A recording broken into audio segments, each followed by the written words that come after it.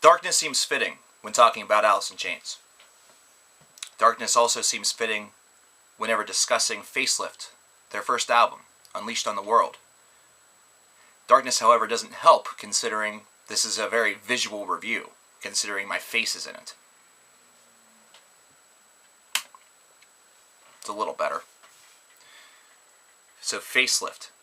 The first masterpiece unveiled by Alice in Chains in the first part of the 1990s. So something that almost, in a way, didn't happen, considering Alice in Chains, while being a top commodity for Columbia Records, prior to that, was going to be recording the album with another group of individuals. And right before they were about to go in for their sessions, the place was busted in one of the biggest marijuana raids in the state of Washington's history. So in a way, it was very strange, but the tapes of their original demos, the Treehouse tapes, eventually led into the hands of the managers of Soundgarden. Soundgarden then, those individuals then continued them along, and they eventually got into the hands of Columbia Records, which signed the band, and made them one of their top priorities. Facelift is a record that, for a debut, is probably one of the more impressive ones that you're going to hear. Now, of course, the Seattle sound, the Seattle crop, the grunge crop, in reality, are really known for some of their strong debuts. Consider Pearl Jam's 10. Consider Mother Love Bone's Apple. And you really can't say Nirvana's Nevermind, considering that's not their first album, but at the same time, it's their first real commercial album, as Bleach was one that kind of lingered underneath the radar, similar to the first couple Soundgarden releases before we saw the grand unveiling of Bad Motorfinger. However, with Alice in Chains' Facelift, we got an atmosphere that was completely and totally unique to that entire sound. We got something that really explored the darkness, the darker side of the Seattle culture, not to mention also of the supposed grunge sound that was developing of the time. This was an album instead that decided to really go down into the depths while also exploring some of the trademark tones, well, the tones that were becoming trademark at the time of what was going on in that Seattle scene, that rough and rugged, flannel-wearing, heroin-loving scene of the early part of the 1990s. We Die Young was actually the very first single that Alice in Chains ever released, and was starting to get some real hype, some real mainstream attention on radio stations across the world, but of course the song that most people remember is Man in the Box, track number 2 off of this album. This is supposedly a song that's all about censorship. However, this is one that also featured a very, very stoned Lane whenever he wrote it, but also is easily recognizable to this day for its trademark music video, but also for its tone that really sounds like nothing of its time. It's definitely one that's able to blend the heaviness that really was it was present in some of the grunge material, but present in a different way. There was a lot more in the way of Melvins and early alternative worship, rather than there being some serious worship to the heavier side, even though Kurt supposedly liked Swans also, but we're not going to really get into that. But Man in the Box is also a track that is a lot of times a gateway drug for a lot of people into the band. It's the first thing that they hear, and as they start to explore the rest of it, they start to note the darkness that really does encapsulate Alice in Chains' sound. This is principally because this is something that's very true of any area. However, at the time, there was a lot of desolation in Seattle. There was a lot of things that were changing culturally. We Die Young is actually something that's based around Jerry Cantrell being on the bus and seeing individuals of youth, 9, 10, 11, 12 years old, having beepers and selling drugs. This was something where the idea of We Die Young came very naturally based around seeing this. Continuing on with this album, Sea of Sorrow and Bleed the Freak, 2 songs that perhaps are a little more underappreciated, but Bleed the Freak is just absolutely fantastic. I Can't Remember also features some vocals that almost sound operatic, and the tone continues to go downward and downward on the spiral based around the darkness spectrum. This is certainly something that showcases a little bit more of a haunted tone, a little bit more of a real atmospheric side toward the depraved, either that or a little bit more of an atmospheric side toward the depressed, something that we'll explore a lot more with some of their future releases. But Love Hate Love definitely spotlights this in a way that is almost impossible to put into words.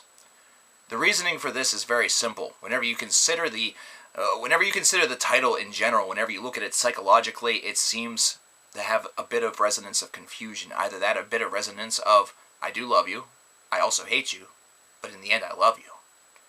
In reality, what you get is this dark, very, very depressing image of... who could tell? This is a tremendous track. This is one that really blends phenomenal lyricism alongside a tremendous performance from Lane Staley. And the music that accompanies it in the background is no slouch at all. The one thing that needs to be noted, something that probably is very absent-toned from the band review that was recently done of Alice in Chains, is just the fact that the band is able to really magnify any sort of atmosphere, any sort of image that they're really hoping to convey in the way in which they play, and the tone, the key, the resonance in which they're able to emanate out of their instruments.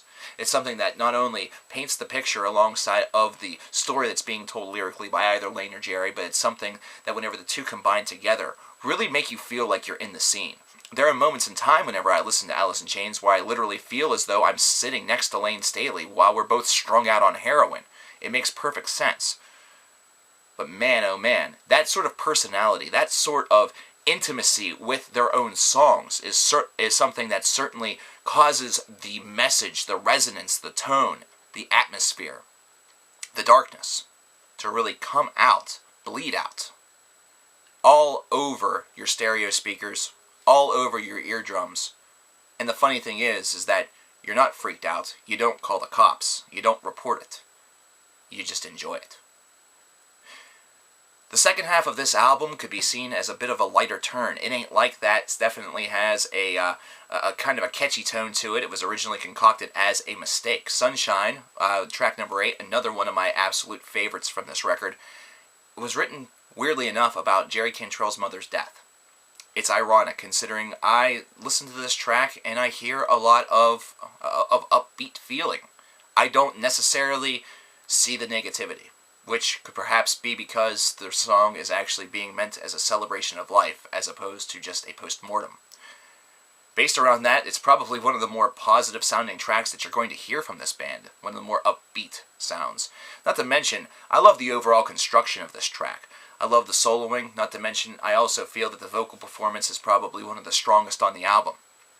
Put You Down kind of just sort of lingers, but Confusion, once again, kind of acts like Love, Hate, Love Part 2, and really the result is just as magnificent. I love the fact that they're able to do things like this on this album. It really dives further into the character of the band and really showcases exactly what they have to offer. Whenever you get to I Know Something About You and Real Thing, you start just to get into their silly side. Real Thing at the end has the presence of mind to actually say sexual chocolate baby, which I just fucking love. Facelift as a debut is really a showcasing of what Alice in Chains' career was really going to be.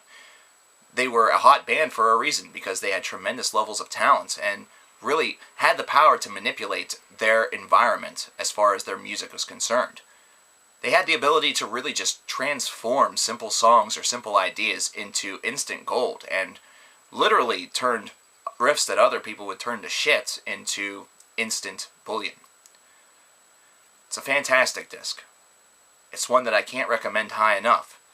And really, to be fair, even though I like other albums more, Facelift is an album that's pretty close to perfect.